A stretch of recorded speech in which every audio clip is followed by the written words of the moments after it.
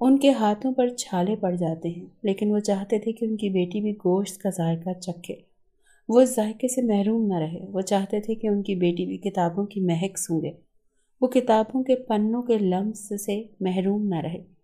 اماں انہیں اطلاع دیتی رہتی تھی کہ اگر اللہ نے انہیں دنیا میں بھیجا ہے تو ان کے رزق کا انتظام بھی کر رکھا ہوگا۔ میں نے چلنا شروع کیا تو ابا ہر روز مجھے پارک کی سیر کروانے شام کو لے جایا کرتے تھے، کبھی کاندھوں پر اٹھا کر چکر لگواتے تھے۔ میں 4 برس کی تھی۔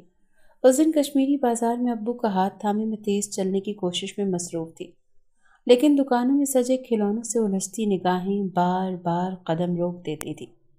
ایک جگہ رک کر ابو سگریٹ سلگانے لگے تو میں نے قریبی دکان کے شوکیس کے شیشے سے ماتھا ٹکا کر اس میں سجی گڑیا کو دیکھنا شروع کر دیا۔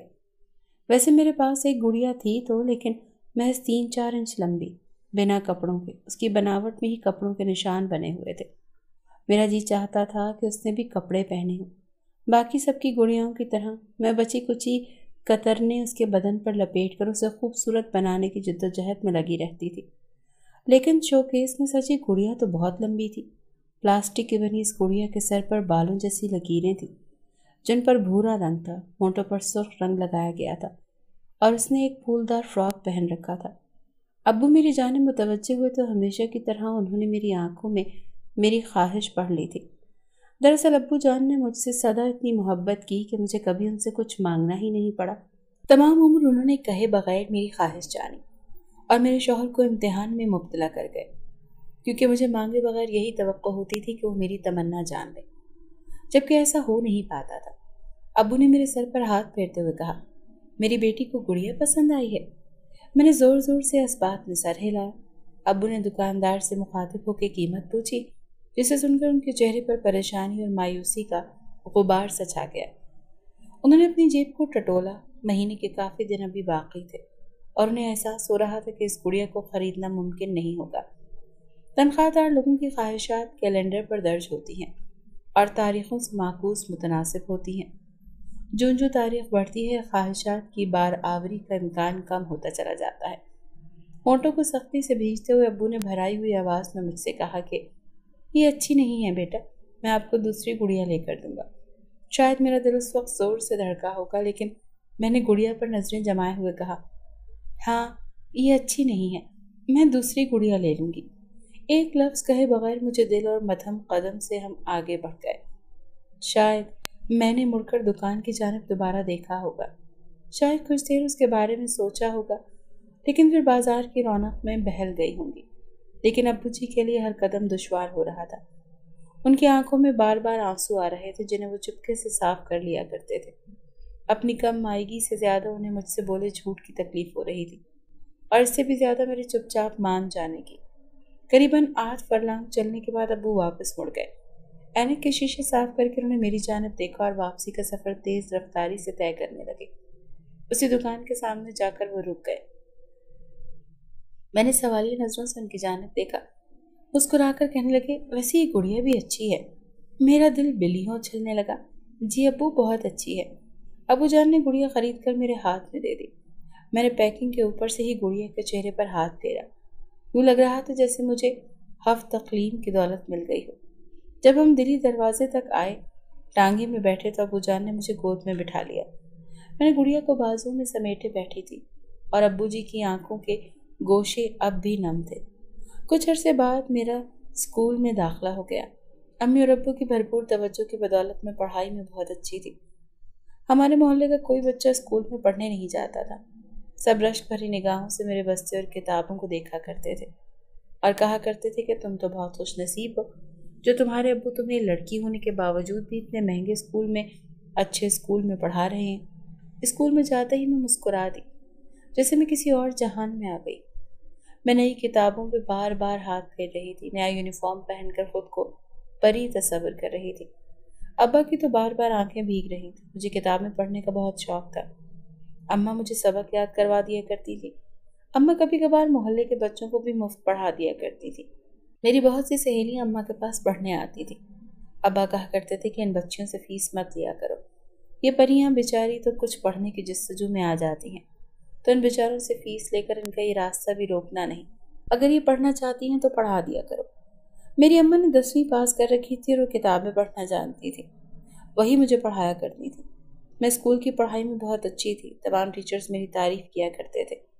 ہاں، میں نے کبھی دوست نہیں بنائی تھی، کیونکہ مجھے معلوم تھا کہ جیسے ہی انہیں میری غربت کا اندازہ ہوگا وہ سب میرا مذاق بنائیں گے۔ وہاں سب بڑے اور امیر گھروں کے بچے ہی پڑھنے آتے تھے۔ پھر سال گزرے اور میں دوسری جماعت میں گئی۔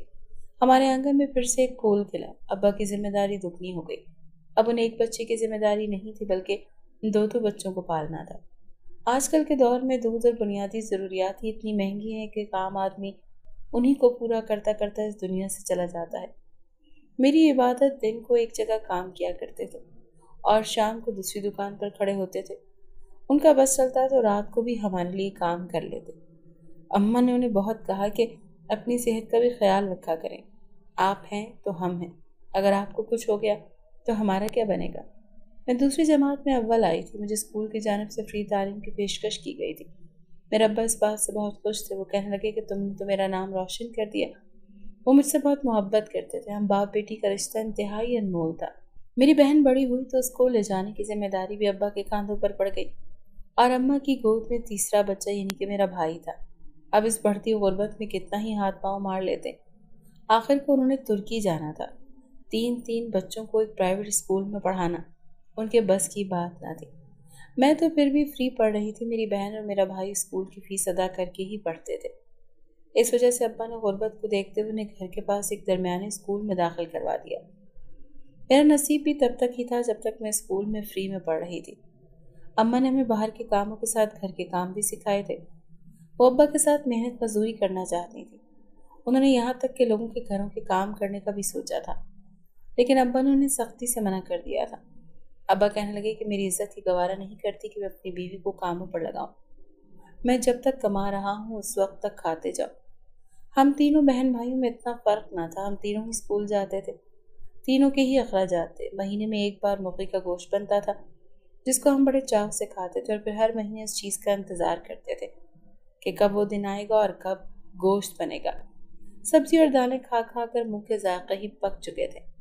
میرا ہر بار وعدہ کیا کرتے تھے کہ اس عید پر ہم ضرور قربانی کریں گے، لیکن حقیقت ہم بھی جانتے تھے کہ یہ ہم غریبوں کے بس کے چونچلے نہیں۔ اللہ نے ہمیں غریب ہی بنایا ہے، اس کے باوجود ہم عزت سے سفید پوش لوگوں کی طرح کھا رہے تھے۔ لیکن دن بھر کی بڑھتی ہوئی مہنگائی نے ہمارے ہاتھ پاؤں باندھ دیے تھے۔ اتنے وسائل نہیں بڑھے تھے جتنی غربت بڑھ چکی تھی۔ گھر میں کمانے والا ایک تھا اور کھانے والے زیادہ تھے۔ اب تو روٹی مشکل سے پوری ہوتی تھی۔ سارا دن فکریں کھائے رکھتی تھی۔ میں کچھ کرنا چاہتی تھی، ابا کا سہارا بننا چاہتی تھی۔ زندگی میں بہت تنگ تھی۔ دن بدن بھوک بڑھتی جا رہی تھی۔ ایام غربت میں آنکھ مچولی کھیلنے سگے رشتے دن بدلتے ہی اپنا رنگ بدلتے دکھائی دیتے ہیں۔ ایک وقت تھا جب میرے پاس کچھ بھی نہیں تھا، لیکن میں اس غربت اور افلاس کے عالم میں بھی خود کو غریب ماننے سے ہر دم کتراتی تھی۔ لیکن جانتے ہیں کہ جس دن میرے اپنے سگے رشتوں نے میرا ساتھ چھوڑا تھا، اس دن سچ مچ میں جو خود کو اس دنیا کو دھتکارا گیا، سب سے گرا ہوا غریب انسان تصور کیا تھا۔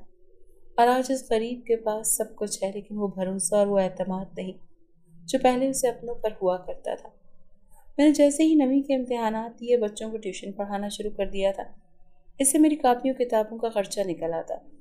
دور سے بچے بھی میرے پاس پڑھنے آتے تھے۔ میں پڑھائی میں خاصی اچھی اور ہوشیار تھی۔ میرے بہن بھائی اتنے ذہین نہ تھے۔ میرا بھائی پڑھائی سے جان چھڑاتا تھا۔ ابا اسے بہت ڈانٹ اور پیار سے سمجھاتے تھے کہ پڑھ لکھ لو ورنہ میری طرح محنت مزدوری کرنی پڑ جائے گی۔ ہم ایک کمرے کے مکان میں رہتے تھے اور یہ ایک کمرے کا مکان بھی نعمت سے کم نہ تھا، ورنہ آج کل بڑھتی مہنگائی اور بڑھتے کرایوں سے پریشانی میں مزید اضافہ ہو جاتا۔ یہ چھت تو میسر تھی، گھر میں گیس کی جگہ لکڑیوں کو جلایا جاتا تھا۔ میرے ابا ارد گرد سے لکڑیاں اکٹھی کر کے لاتے تھے جس کو جلا کر ہم روٹیاں اور سالن بنایا کرتے تھے۔ ابا کی طبیعت خراب رہنے لگی تھی۔ اب وہ سارا دن کھانستے رہتے تھے۔ ان کو بہت سے لوگوں نے کہا تھا کہ اب تم آرام کرو، اب کام کی عمر نہیں ہے، لیکن وہ بیچارے کیا کرتے؟ اگر کام نہ کرتے تو ہمیں کیسے پالتے؟ ابھی میرا بھائی چھوٹا تھا، وہ ابا کا سہارا نہیں بن سکتا تھا۔ اماں اب اس عمر میں کہاں کام کرتی، اور ویسے بھی انہیں لوگوں کے گھروں میں ہی تو کام ملنا تھا۔ ابا کی دوائیوں کا سلسلہ شروع ہوا تو حکیم نے خاصی مہنگی دوائیاں لکھ دی جس کو خریدنے کے پیسے بھی چاہیے ہوتے تھے جو ابا کے پاس نہ تھے، اور پھر یہ بیماری گلے کا توق بن کر موت کو دستک دینے لگی اور وہ وقت بھی آن پہنچا جب شدید بیماری کی وجہ سے ابا سے اٹھا بھی نہ جاتا تھا۔ ان کا کام بند ہو چکا تھا، گھر میں غربت منڈلا رہی تھی۔ اس بار اماں نے ابا کی ایک نہ سنی تھی، خود لوگوں کے گھروں میں کام کرنے لگی تھی۔ ابا سارا دن کھانستے رہتے اور رونا شروع کر دیتے تھے۔ کہتے تھے میں نے تم لوگوں کے لیے کیا کیا خواب دیکھے تھے، اپنے باپ کو معاف کر دینا، وہ تم لوگوں کا کوئی بھی خواب پورا نہ کر سکا۔ میں نے کہا آپ نے تو ہماری شہزادی بنا کر رکھا ہے، ضروری تھوڑی ہے کہ ہم مہنگی پوشاک پہنیں گے تبھی شہزادیاں بنیں گی۔ آپ نے ہمیشہ ہماری ہر ضرورت کا خیال رکھا ہے، اسی لیے یوں مت کہا کریں، اور یہ برے دن بھی آ کر چلے جائیں گے، آپ دیکھنا بالکل تندرست ہو جائیں گے۔ کاش ہمارے پاس پہلے ہی اتنے پیسے ہوتے کہ ابا کو اتنی بیماری جھیلنی ہی نہ پڑتی۔ ان کو اچھے ڈاکٹر کے پاس دکھانا تھا۔ اماں جو کما کر لاتی تھی وہ پورے خرچے میں نکل جاتا تھا۔ ہر چیز کا حساب رکھا گیا تھا۔ تنخواہ بعد میں آتی تھی، خرچے پہلے نکل آتے تھے۔ ہر چیز کو گن کر استعمال کیا جاتا تھا۔ اب جو مہینے میں ایک بار گوشت بنتا تھا وہ بھی آنا بند ہو چکا تھا۔ اب تو عید کی عید ہی گوشت کا ذائقہ چکھا جاتا تھا۔ پھر بھی اللہ کا شکر تھا کہ ہم بہت سے لوگوں سے بہتر تھے، ورنہ ہمارے علاقے میں بہت سے لوگ ہفتوں بھوکے رہتے تھے۔ ان کے چہرے سے غربت ٹپکتی تھی۔ کچھ تو ایسے بھی تھے جو بھیک مانگ کر کھاتے ہیں۔ ہم بہت سے لوگوں سے بہتر تھے۔ میرے ابا نے میرے بھائی چچا زاد سے بھیک مانگتے ہمارا کبھی ان کی طرف آنا نہیں ہوا تھا۔ وہ ہمارے دکھ سکھ میں کبھی شریک ہوئے ہی نہیں۔ حالانکہ ابا نے بڑی کوشش کی کہ ان کے بھائی یہ کام چھوڑ دیں، محنت کی مزدوری کرنا شروع کر دیں، لیکن وہ نشے اور بھیک میں لگ گئے۔ دن بھر بھیک مانگتے اور رات کو وہ نشہ کرتے۔ زندگی اسی رفتار سے آگے جا رہی تھی اور ابا نے بستر سنبھالا تو اماں گھر کا مرد بن کر باہر کام کرنے لگ گئی۔ ان کے کام سے ان کی مالکن کافی مطمئن تھی۔ وہ ہر کام کو صفائی اور سلیقے سے کرتی تھی۔ کبھی ان کے گھر دعوت ہوتی تو بچا ہوا گوشت گھر لے آیا کرتی، کہتی کہ میں کبھی نہ چاہوں کہ میں گوشت کھڑا ہوں، لیکن وہاں جب اس کی بے حرمتی کی جاتی ہے، اس کی بے قدری کی جاتی ہے تو میرا دل کرتا ہے کیوں نہ میں یہ نوالے اپنے بچوں کے منہ میں ڈال دوں۔ وقت گزرتا گیا اور 2 سال ابا مسلسل بیماری سے لڑتے رہے۔ میں نے میٹرک کے امتحانات دے دیے تھے اور باقی بیماری اس قدر شدید بڑھ گئی تھی کہ اللہ نے ان کی مشکل آسان کر دی اور وہ ہم سب کو چھوڑ کر چل بسے۔ وہ دن ہمارے لیے کسی قیامت سے کم نہ تھا۔ جو صاحبان ساری زندگی ہمارے سروں پر تھا وہ اب ہمیں تپتی دھوپ میں اکیلا چھوڑ گیا تھا۔ ابا کے سرہانے بیٹھ کر ہم زار و قطار رو رہے تھے کہ بھلا کون تھا جو ان کے علاوہ ہمارا اتنا خیال رکھتا۔ دل کی دنیا ہی برباد ہو گئی تھی۔ یوں لگ رہا تھا کہ جیسے اب بے سہارا ہو گئے۔ اماں نے تو رو رو کر خود کو نڈھال کر لیا۔ لوگوں نے میت اٹھائی تو ہمارا شور بھی اٹھ گیا۔ آج کے بعد ہم نے اپنے ابا کا لمس تک محسوس نہیں کرنا تھا۔ ان کی شکل دیکھنے کو ترس جانا تھا۔ اس کے بعد حالات بہتر ہونے کے بجائے دن بدن خراب ہوتے گئے۔ ایک اسکول میں پڑھانے لگ گئی میں اور پرائیویٹ FA کے امتحانات کی بھی تیاری کرنے لگی۔ اماں عدت میں تھیں، وہ لوگوں کے گھروں کے کام نہیں کر سکتی تھی۔ جو میں اسکول سے کما کر لاتی وہ گھر کے خرچوں میں گزر جاتا۔ بہن بھائیوں کو اسکول سے ہٹوا کر ایک سرکاری اسکول میں داخل کروا دیا گیا تھا۔ ان کا تو دل پڑھنے کی طرف تھا ہی نہیں۔ وہ تو اماں نے انہیں زبردستی پڑھائی کی جانب لگا رکھا تھا۔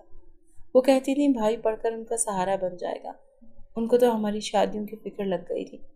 وہ کہتی ہیں باپ کا سایہ سر پر موجود نہیں ہے، کون تم لوگوں سے شادی کرے گا، کیسے اچھے رشتے کی خبر گیری کی جائے گی۔ میں کہتی تھی جو ہمارے نصیب میں لکھا ہوگا وہ ہو جائے گا، آپ اتنی فکر مند مت ہوا کریں، اللہ نے ہمارے لیے بھی کوئی نہ کوئی جوڑ تو رکھ ہی چھوڑا ہوگا، اور ویسے بھی اب ہمیں بہت سے کام کرنے ہیں، ابھی آپ ان فکروں میں مت پڑیں، ابھی ہماری عمر ہی کیا ہے۔ لیکن وہ ماں تھی نا، وہ ان سب چیزوں کو سمجھنے کے باوجود چاہتی تھی کہ میرا اچھے گھر میں رشتہ ہو جائے۔ کہتی ہیں جن کے سر پر باپ کا سایہ نہیں ہوتا انہیں لوگ مفت کا مال سمجھ لیتے ہیں اور ظلم و ستم کرتے ہیں۔ اس ظالم دور میں اچھا رشتہ ڈھونڈنا مشکل ہے، اور ویسے بھی میں تم لوگوں کو جہیز کہاں سے دوں گی، وہاں تو 2 وقت کی روٹی پوری کرنا مشکل ہو گیا۔ اماں دن رات آتی جاتی عورت کو یہی کہتی تھی کہ کوئی اچھا رشتہ ہو تو میری زکیہ کے لیے بتانا، اور پھر کچھ لوگ دیکھنے بھی آئے، ان کا خرچہ الگ نکالنا پڑا، پورے ہفتے کا خرچ ایک ہی دن میں کرنا پڑا، کبھی چائے بسکٹ تو کبھی نمکو تو سموسے سامنے رکھنے پڑتے تھے۔ جو آتا تھا وہ ہماری غربت کو دیکھ کر وہاں سے بھاگ جایا کرتا تھا اور نظریں چرا لیا کرتا تھا۔ کہتے تھے بہن ہم نے تو اور بھی رشتے دیکھ رکھے ہیں، یہ کبھی کہہ دیتے کہ ہمیں امیر گھر کی لڑکی چاہیے، اس میں بہلا پھر میرا کہاں سے رشتہ ہونا تھا۔ میں اس روز کی مہمان نوازی سے تنگ آ گئی تھی۔ میں نے کہا کہ اللہ نے اگر میرے نصیب میں لکھا ہوگا تو وہ خود بخود ہو جائے گا۔ آپ کو دن رات پریشان رہنے کی ضرورت نہیں ہے، اسی لیے بھی دوبارہ کوئی رشتہ والا نہیں آئے گا۔ گھر میں بھی رشتے کی بات چلنا بند ہو چکی تھی۔ اماں بھی حقیقت کو سمجھ چکی تھی۔ وہ پریشان تو رہتی تھی لیکن ہونٹوں کو سی لیتی تھی، کبھی ہم پر اپنی پریشانی ظاہر نہیں کرتی تھی۔ میں جو کماتی تھی وہ لا کر اماں کی ہتھیلی پر رکھ دیتی تھی۔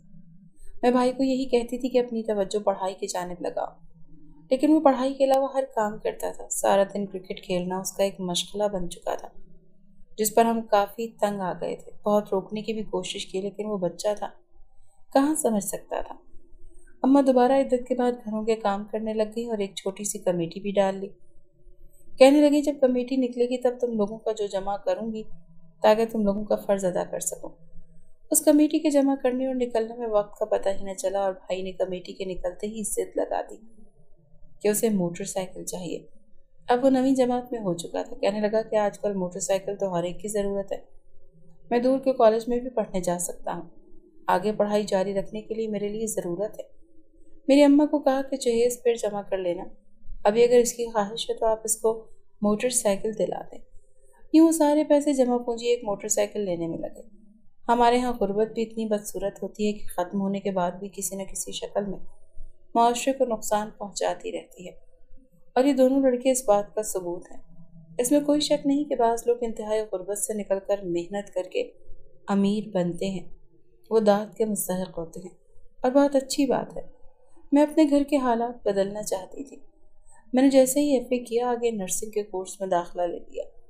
میری دوست نے بھی یہ نرسنگ کا کورس کر رکھا تھا۔ اس کو ایک اسپتال میں اچھی نوکری مل گئی تھی جس سے اس کے گھر کے حالات بدل گئے تھے۔ میں نے اماں کو کہا کہ اگر کچھ پڑھ لکھ کر بن جاؤں گی تو آپ کی خواہش بھی پوری ہو جائے گی۔ وہ سارا دن وظیفے اور دم دعاؤں میں لگی رہتی تھی کہ کسی دن ان کے گھر پر اچھے لوگ آئیں گے اور دستک دے کے ان کی بیٹی کو بیاہ کر لے جائیں گے۔ اماں کہتی ہیں کہ آج کل کی دنیا میں بھلا ایسے لوگ کہاں ملتے ہیں جو بغیر جہیز کے بیاہ کر لے جائیں۔ آج کل تو غریب کو بھی جہیز چاہیے ہوتا ہے، بے شک اس کے گھر میں اس جہیز کو رکھنے کی گنجائش ہو یا نہ ہو۔ وہ یہ نہیں سوچتے کہ ایک بیٹی دے رہے ہیں، اس کے علاوہ غریب والدین کیا دے سکتے ہیں۔ بہن نے میٹرک کے بعد بہت کہنے کے باوجود بھی پڑھائی جاری ہی نہیں رکھی۔ وہ گھر کے سارے کام کاج کرتی تھی اور میں دن کو پڑھا نہیں جاتی تھی اور شام کو نرسنگ کا کورس کرتی تھی۔ بچوں کو ٹیوشن بھی پڑھا دیا جس سے گھر کا خرچ نکل آتا۔ اماں وہ سارے پیسے دوبارہ سے کمیٹی میں ڈالنے لگی۔ کہنے لگی تھی کہ تمہاری بہن تو پڑھ لکھ بھی نہیں رہی، پہلے اس کی شادی کر دیتے ہیں، جس پر مجھے کوئی اعتراض بھی نہیں تھا۔ جیسے ہی 2 سال نرسنگ کا کورس مکمل ہوا تو مجھے سرکاری اسپتال میں نوکری مل گئی۔ یہ میری خوش قسمتی تھی کہ ایک بار پھر سے قسمت نے میرے دروازے پر دستک دی تھی۔ شاید اللہ نے میری دعائیں سن لی تھی۔ میں جو گھر کے حالات بدلنا چاہتی تھی وہ دعا میری پوری ہو گئی تھی۔ میری اماں کو کہا کہ اب تمہیں جگہ جگہ نوکریاں کرنے کی کوئی ضرورت نہیں ہے، لوگوں کے گھروں میں کام کرنے اور جھوٹے کھانے کی بھی ضرورت نہیں ہے۔ اب میری تنخواہ اچھی ہے۔ اماں بہت خوش تھی۔ اماں نے میری پہلی تنخواہ ملنے پر دیگ بنوا کر غریبوں میں بانٹی تھی۔ سب محلے والے رشک بھری نگاہوں سے مجھے دیکھ رہے تھے۔ کہتے ہیں کہ ان کی بیٹی بہت مہکتی تھی، تبھی تو سرکاری نوکری مل گئی ہے، ورنہ آج کل کے دور میں پڑھے لکھے لوگ جوتیاں گھس رہے ہیں، ان کو نوکری نہیں ملتی۔ جیسے جیسے حالات بدلنے لگے گھر میں آمدنی آنے سے رنگ و روغن ہو گیا۔ گھر میں کچھ نئی چیزیں لا کر رکھ دی گئی تھی جو ضرورت کے سامان میں اب اچھی لگتی تھی۔ فرق کا نقشہ دھیرے دھیرے بدلنے لگا۔ میں چاہتی تھی کہ اب میری بہن کی شادی ہو جائے، وہ آگے پڑھائی پر زور ہی نہیں دے رہی تھی۔ میں نے کہا میری طرح کورس کر کے تم بھی کوئی سرکاری نوکری پر لگ جاؤ، لیکن اس نے کہا کہ پڑھائی لکھائی میرے بس کا کام نہیں۔ اماں سے میں نے کہا ہے کہ اب آپ اس کے رشتے دیکھنا شروع کر دیں۔ جہیز بھی اچھا خاصا تھا، 2 لوگ دیکھنے آئے لیکن ان کے بارے میں جانچ پڑتال کروانا بھی ایک مشکل عمل تھا۔ جب بھائی کو یہ ذمہ داری دی تو وہ اس معاملے میں واقعی سست واقع ہوا۔ وہ کوئی بھی کام کرنے کی ذمہ داری نہیں لیتا، سخت کاہل، اور اوپر سے چھوٹا ہونے کی وجہ سے اماں نے شروع ہی سے اسے کافی لاڈ پیار کیا تھا۔ اب اماں اسے سمجھاتی بھی تھی تو آگے سے چڑ جایا کرتا، کہتا تھا کہ ایک کمہار ہی ہے تو آپ اسی کو بکرا سمجھ لیں، آپ مجھ پہ یہ ذمہ داریاں مت ڈالیں۔ میدان آج کل کے بچوں کو ایسا کیا ہو گیا تھا، میں دل لگا کر کام کروں، سارا دن اسپتال کے بدلے میرا ناک اب بند ہو گیا۔ پہلے مجھے دشواریاں مریضوں کو دیکھ کر دل خراب ہوتا تھا، وہاں پہ بیماریاں دیکھتی تھی تو سارا دن اس بارے میں سوچتی رہتی تھی۔ پہلی بار جب اسپتال میں میری آنکھوں کے سامنے ایک مریض نے دم توڑا تو میری آنکھوں میں آنسو آ گئے۔ ساری رات کروٹ بدلتی رہی۔ سرکاری اسپتال میں لائنوں پر دھکے لگا کرتے تھے۔ اماں کی طبیعت خراب ہوتی تو میں ڈاکٹر سے سفارش کر کے ان کا جلدی نمبر لگوا دیا کرتی تھی۔ آخر کار ایک جگہ رشتہ پکا ہو گیا اور پھر بہن کے جہیز کی تیاریاں چلنے لگی۔ اس کی تیاریوں میں دن رات لگ رہا تھا۔ اماں چاہتی تھی کہ کسی چیز کی کوئی کمی نہ رہے، بعد میں کوئی بات بیٹی کو سننے کو نہ ملے۔ تم ہمارے گھر کا بیٹا، اپنے باپ کے جانے کے بعد تم نے کبھی بھی اس گھر میں کسی چیز کی کمی محسوس نہیں ہونے دی۔ ہر چیز کا انتظام اچھے سے کیا ہے۔ پھر وہ دن بھی آ گیا جب گلی کے باہر ہی ٹینٹ لگائے گئے۔ محلے والے بھی اکٹھے ہوئے، ان بیچاروں کو بھی اس شادی بیاہ کے موقع پر ہی گوشت کھانے کو مل رہا تھا۔ پھر کس غریب نے یہ غنیمت چھوٹی تھی۔ کچھ عورتوں کو تو اماں نے خاص طور پر ڈال کر بھی دے دیا تھا کہ وہ گھر لے جا کر بچوں کو رات کا کھانا بھی کھلائیں، کیونکہ ان کے گھر کی بھوک کا اندازہ تو ہمیں اتنے سالوں سے رہتے ہو ہی گیا تھا۔ وہ سب دعائیں دیتی بہن کو رخصت، اور بہن بھی اپنے سسرال پہنچ گئی۔ اس کا کمرہ ہمارے دیے گئے جہیز سے جمع ہوا تھا، اور میرے بہنوں ایک دکان پر کھڑے تھے۔ وہ اپنے گھر کے اکلوتے تھے، اس وجہ سے اماں کافی خوش تھیں۔ لوگ بھی شریف تھے۔ یہ سب معاملہ جھٹپٹ میں ہوا تھا۔ اب اماں کہنے لگی کہ کب تک ہم تیری کمائی کھائیں گے؟ آخر کو تیرا بھائی بڑا ہو جائے گا اور اس کو اپنی کمائی کی لت نہ ڈال، اس کو بھی خود کوئی کام کرنے دے۔ میں نے کہا اب یہ پڑھ رہا ہے، جب یہ مجھے لگا کہ اتنا بڑا ہو گیا ہے کہ آپ کی ذمہ داری اٹھا سکتا ہے تو میں اس کو اکیلا چھوڑ دوں گی۔ پھر ایک دن مجھے اسپتال سے معلوم ہوا کہ میرا تبادلہ دوسرے شہر میں ہو گیا۔ میں کبھی بھی اس شہر سے باہر نہیں نکلی تھی۔ مجھے اپنے علاقے میں ہی گلیوں کا معلوم تھا، کسی دوسرے شہر تو کبھی میں گئی ہی نہ تھی۔ ہمارا کوئی رشتہ دار بھی کہیں نہیں رہتا تھا کہ ہمیں کبھی کہیں کسی شہر سے باہر جانا پڑے۔ اماں بھی اس خبر کو سن کر کافی پریشان ہو گئی تھی، لیکن اس نوکری کو چھوڑنا تو میرے بس کی بات نہیں تھی۔ اگر اس نوکری کو چھوڑ دیتی تو گھر میں دوبارہ غربت آ جاتی، اور ویسے بھی اب میرا کام تھا، کام کے لیے تو کہیں بھی جانا پڑ جاتا۔ اس لیے میں نے اماں کو کہا کہ تسلی رکھو، انشاءاللہ میں ہر جگہ کامیاب ہوں گی۔ اور پھر میں اپنا سامان باندھ کر دوسرے شہر روانہ ہو گئی۔ وہاں میں نے مکان کی تلاش کی۔ ایک جاننے والے نے بتایا کہ اس کے دور پرے کی ایک ہی خالہ رہتی ہیں جو ایک کمرے کا مکان دے سکتی ہیں۔ مجھے وہ مکان کرائے پر لینا تھا۔ اس عورت کے بارے میں اچھی باتیں نہیں تھی، ہر وقت محلے والوں سے لڑتی رہتی تھی۔ کہا جاتا ہے کہ محلے والوں کو اس نے تنگ کر رکھا ہے، کوئی بھی اس کے بارے میں اچھی بات نہیں کہتا تھا، اور میرے وہاں جانے پر بھی لوگ مجھے عجیب و غریب نظروں سے دیکھتے، لیکن میرے پاس اس کے سوا اور کوئی چارہ بھی نہیں تھا۔ اس عورت پر مجھے بہت غصہ آتا تھا، لیکن میں اسے چھوڑ کر کہاں جاتی؟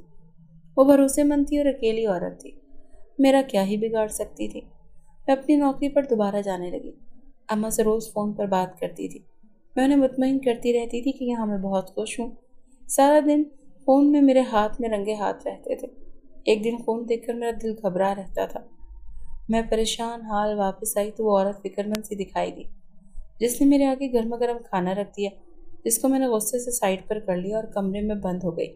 پھر اگلے ہی روز وہ دوبارہ کھانا رکھنے لگ گئی، لیکن اس کا دیا کھانا کبھی نہ کھاتی۔ میری نظر میں وہ اچھی عورت نہیں تھی، میری مجبوری تھی جو آج یہاں مجھے رہنا پڑ رہا تھا۔ پھر ایک دن اس کے کمرے کا دروازہ نہ کھلا تو میں پریشان ہونے لگی۔ وہ روز صبح اٹھ کر نماز پڑھتی اور پھر میرے لیے کھانا بنا کر رکھتی تھی۔ کھانا تو میں نہ کھاتی تھی، لیکن اس کے اٹھنے کا انتظار مجھے ہوتا تھا۔ میں نے کمرے میں جھانک کر دیکھا تو اس کی لاش اکڑ چکی تھی۔ میں کافی گھبرا سی گئی۔ محلے والوں کو بتایا تو کفن دفن کا انتظام ہونے لگا۔ میں نے وہ سارا کفن دفن خود ہی کر رہی تھی۔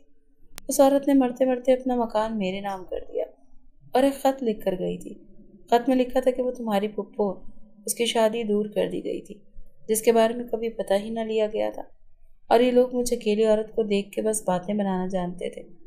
میں نے جوانی میں بیوہ ہونے کے بعد کبھی کسی مرد کی طرف نظر اٹھا کر نہ دیکھا تھا۔ میں تمہیں یہ سب حقیقت پہلے ہی بتا دینا چاہتی تھی۔